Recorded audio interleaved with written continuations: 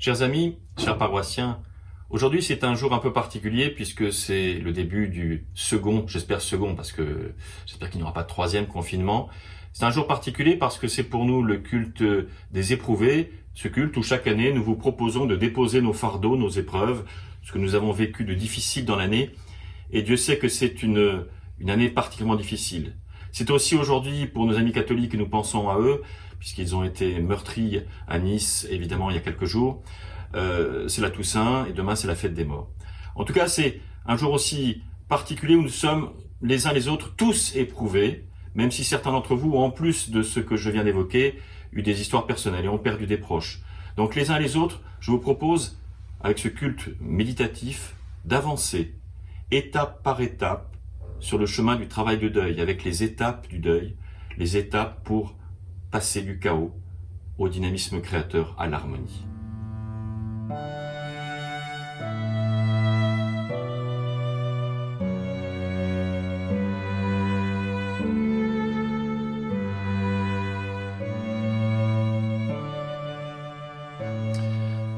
Je vous propose pour commencer de lire dans le livre des Nombres, au chapitre 11, les versets 4 à 7.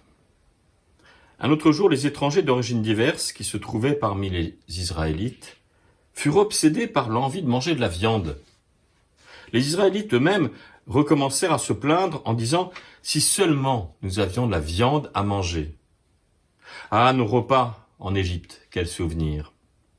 Le poisson gratuit, les concombres, les melons, les poireaux, les oignons et l'ail. Ici, rien de tout cela. Nous dépérissons à force de ne voir que de la manne.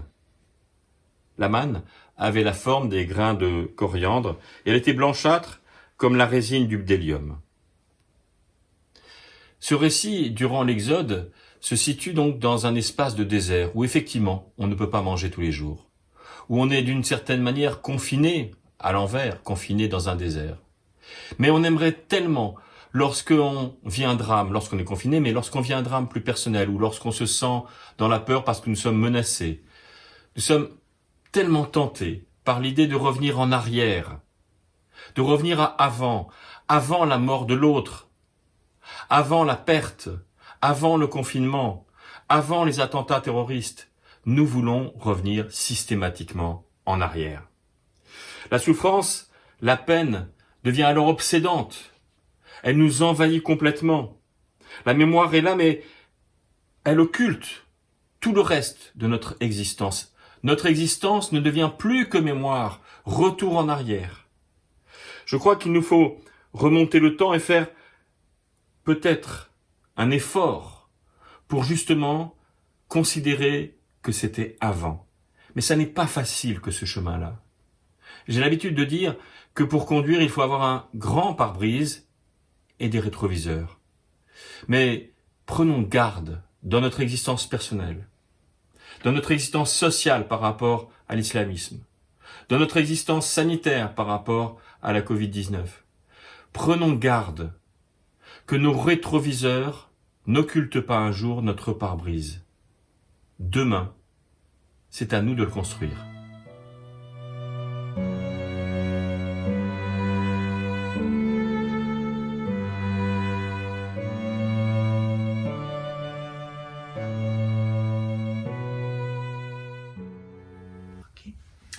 Nous lisons maintenant dans l'évangile de Matthieu, chapitre 22, versets 31 à 33. Pour ce qui est de ressusciter d'entre les morts, n'avez-vous pas lu ce que Dieu vous a déclaré? Il a dit, « Moi je suis le Dieu d'Abraham, le Dieu d'Isaac et le Dieu de Jacob. » Dieu, ajouta Jésus, n'est pas le Dieu des morts, mais le Dieu des vivants. Tous ceux qui l'avaient entendu étaient impressionnés par son enseignement. Alors oui, je le disais dans la première étape, la mémoire s'impose. Elle sélectionne, elle organise, elle relie l'histoire. Elle nous aide à comprendre. Dans une fratrie, par exemple, la mémoire, c'est aussi le début de la transmission. Avec ce Dieu d'Abraham, c'est-à-dire tel qu'Abraham le comprenait, ce Dieu d'Isaac, c'est-à-dire tel que Isaac le comprenait, etc. Le Dieu de chacun d'entre nous, mais dont nous transmettons le témoignage. C'est une manière de transmettre la vie. La mémoire, c'est accepter que ma vision de Dieu, du monde, de la vie, est ma vision singulière, personnelle, intime. Je pars de cela pour aller vers les autres. Dans un confinement comme aujourd'hui, dans des épreuves que nous avons pu vivre, nous sommes souvent seuls parce que nous souffrons seuls, de toute façon. Alors, faisons ce pas en avant pour aller retrouver les autres.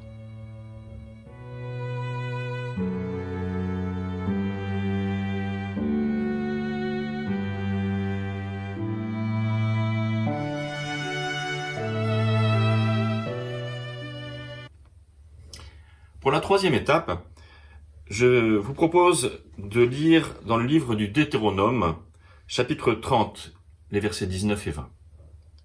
Oui, je vous avertis solennellement aujourd'hui, les cieux et la terre m'en sont témoins. Je place devant toi la vie et la bénédiction d'une part, la mort et la malédiction d'autre part. Choisis donc la vie et tu vivras, toi et ta descendance. Aime le Seigneur ton Dieu, écoute sa voix, reste-lui fidèlement attaché, alors tu vivras et tu passeras de longues années dans le pays que le Seigneur a promis de donner à tes ancêtres, Abraham, Isaac et Jacob. Je le disais effectivement, la vie. Mais quand on perd quelqu'un, vous avez certainement vécu cette expérience. On est comme décalé. Je me souviens un jour où je venais d'apprendre la mort de mon meilleur ami, Raphaël Picon, et j'étais dans mon bureau et à côté du boulevard des Batignolles, et je voyais les gens qui étaient au marché, qui faisaient comme si de rien n'était, ils étaient dans leur vie. J'avais le sentiment de ne plus être tout à fait la même planète, de ne plus être tout à fait dans la vie. Et bien dans le deuil, c'est pour ça que l'on parle du travail du deuil. Mais il y a un travail aussi de résilience à vivre après ce confinement, après ces confinements, de résilience aussi par rapport au fait que la France, l'Occident en général, le christianisme en particulier, est attaqué, violenté, assassiné.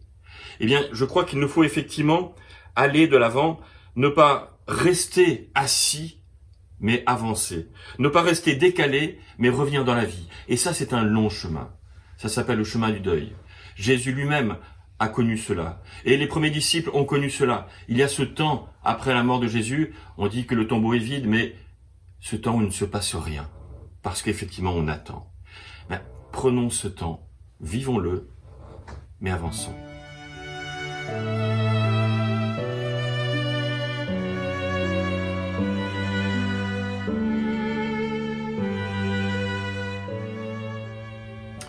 Pour la quatrième étape, je vous propose de lire dans l'évangile de Luc au chapitre 8, les versets 22 jusqu'à 25.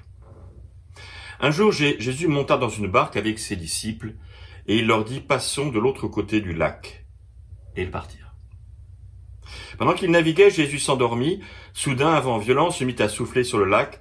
La barque se remplissait d'eau et ils étaient en grand danger. Les disciples s'approchèrent alors de Jésus, le réveillèrent en criant « Maître, Maître, nous sommes en train de mourir !» Jésus, réveillé, menaça le vent et les grosses vagues qui s'apaisèrent, et il se fit un grand calme. Jésus dit aux disciples « Où donc est votre confiance ?» Effrayés, ils étaient stupéfaits et se disaient les uns aux autres « Qui est donc celui-ci ? Il donne des ordres même au vent et à l'eau, et lui obéissent. » Ce texte est souvent employé pour l'image de la mort passée sur l'autre rive. Mais c'est l'image que je voudrais garder du calme, d'apaisé. Les disciples ont peur, et on les comprend, à leur place j'aurais sans doute peur, et qu'est-ce qu'ils font? Pas grand-chose d'autre que de s'en référer à quelqu'un d'autre, et même de le critiquer. Jésus ne fait rien, le gouvernement ne fait rien, ou le gouvernement fait mal. Nous avons toujours envie de reporter sur les autres la responsabilité de ce qui nous arrive. Or, nous savons, c'est notre humanité globalement qui est touchée par cette crise. C'est notre humanité globalement qui a poussé à cette montée ou qui a laissé cette montée de l'islamisme dont nous, malheureusement, que nous subissons aujourd'hui de manière dramatique. Eh bien, il faut justement sortir de cette logique de la peur pour arriver à une logique du calme. Encore une fois, c'est pas d'une baguette magique. Il se fit un grand calme. Gardons confiance.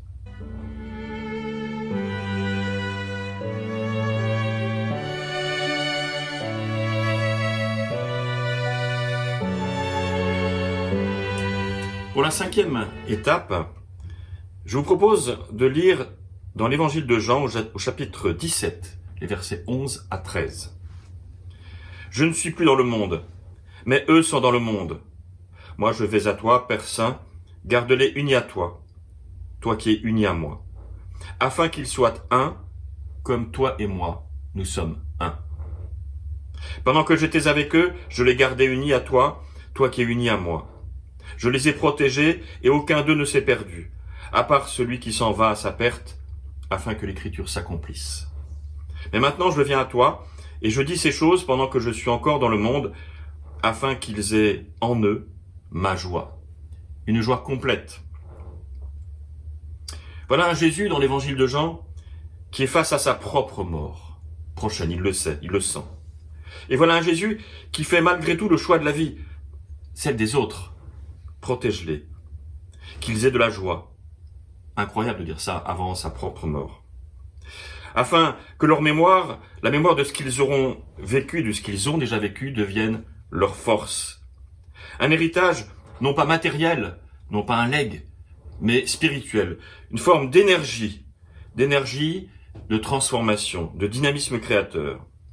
Parfois, nous ne le disons peut-être pas assez aux gens qui nous ont quittés. Enfin, on se dit, mais on leur a pas dit assez qu'on les aimait. Eh bien, peut-être que ce temps du confinement et ce temps de la mort, où en tout cas beaucoup de gens vont dans leur cimetière, est une occasion de se rappeler que nous sommes d'abord des êtres de relation. Que la coupure d'une relation, c'est toujours une mort. Et donc il faut effectivement valoriser, dire les mots simples, notamment en ce moment, lorsque nous sommes isolés les uns, enfin tout le monde chez soi. Parfois il y a des personnes même totalement seules et qui n'ont aucun contact. Pensons tout particulièrement. Et si dans notre église, nous avons mis en place une chaîne téléphonique, c'est justement pour cela. Que chacun se sente relié. La religion, c'est ce qui nous relie.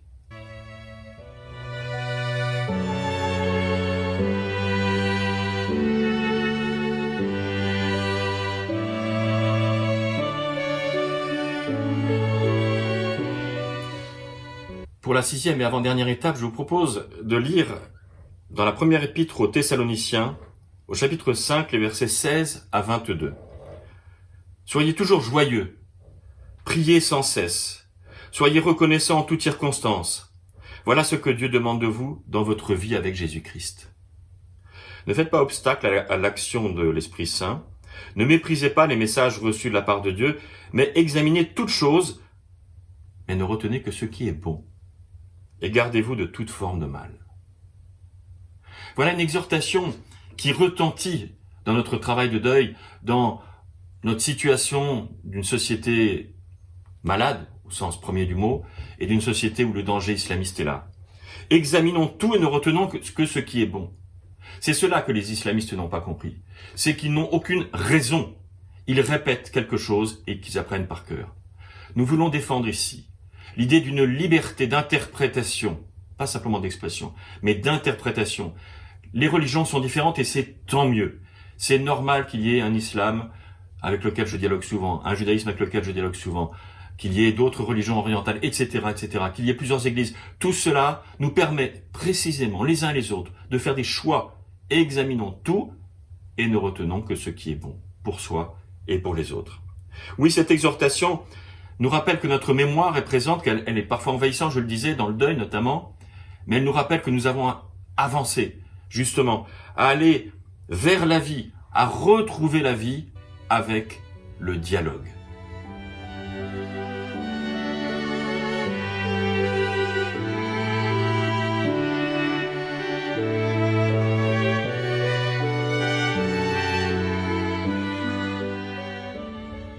Enfin, pour conclure ce temps de culte, méditation du 1er novembre 2020, eh bien, je vous propose de lire presque la fin de la Bible, puisqu'il s'agit au livre de l'Apocalypse, du chapitre des premiers versets, du chapitre 21.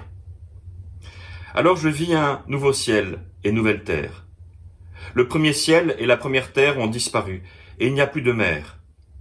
Et je vis la ville sainte, la nouvelle Jérusalem, qui descendait des cieux, envoyée par Dieu, prête comme une épouse qui s'est faite belle pour aller à la rencontre de son mari. J'entendis une voix forte qui venait du trône et disait « Voici, la demeure de Dieu est parmi les êtres humains. Il demeurera avec eux et ils seront ses peuples. Dieu lui-même sera avec eux, il sera leur Dieu. Il essuiera toute larme de leurs yeux. Il n'y aura plus de mort, il n'y aura plus ni deuil, ni lamentation, ni même douleur. En effet, les choses anciennes ont disparu. Alors celui qui siège sur le trône déclara, « Voici, je fais toutes choses nouvelles. » Alors les choses anciennes n'ont malheureusement pas toujours disparu. Il y a encore de la violence, il y aura encore de la violence. Il y a des maladies, il y aura encore des maladies. Mais précisément, nous avons justement avancé. C'est-à-dire à arriver à marcher dans les pas de ce projet.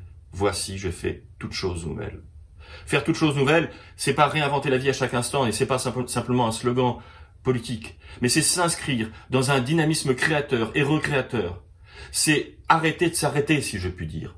Vous savez, même quand on est très fragilisé par la vie ou par l'extrême vieillesse, même lorsqu'on est proche de sa propre fin de vie, la moindre seconde peut être un projet, un micro-projet, un instant de vie, un instant succulent à partager, à écouter, à regarder, à entendre, à toucher. Chaque instant de vie nous appelle à faire toutes choses nouvelles. Alors aujourd'hui, dans ce temps de confinement, qui est dur, je le sais, pour beaucoup d'entre vous, eh bien nous avons à essayer de savourer chaque instant. Il y a des instants inutiles, et c'est très bien. Il y a des instants où l'on s'ennuie, et c'est nécessaire de s'ennuyer. Mais prenons le temps d'observer ce petit moment dans la journée, où d'un coup, eh bien, j'ai le sentiment de vivre intensément. Passons du chaos, comme dans Genèse 1, du chaos à l'harmonie, de la mort à la vie. À toi soit la gloire. Amen. À toi la gloire, ô ressuscité. À toi la victoire pour l'éternité.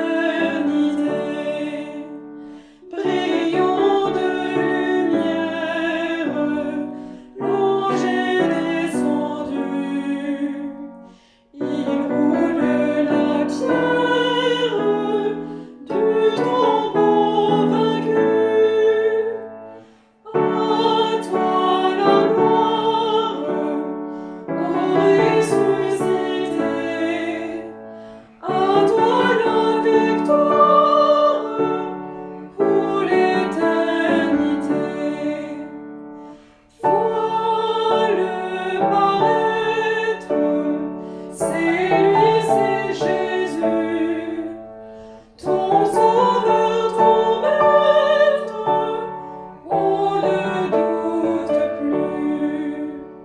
Sois dans l'allégresse, peuple du Seigneur, et redis sans cesse, le Christ est vainqueur. À toi la gloire, ô ressuscité. À toi la victoire pour l'éternité. Craindrai-je encore? Il vit à jamais. Celui que j'adore, le prince de paix. Il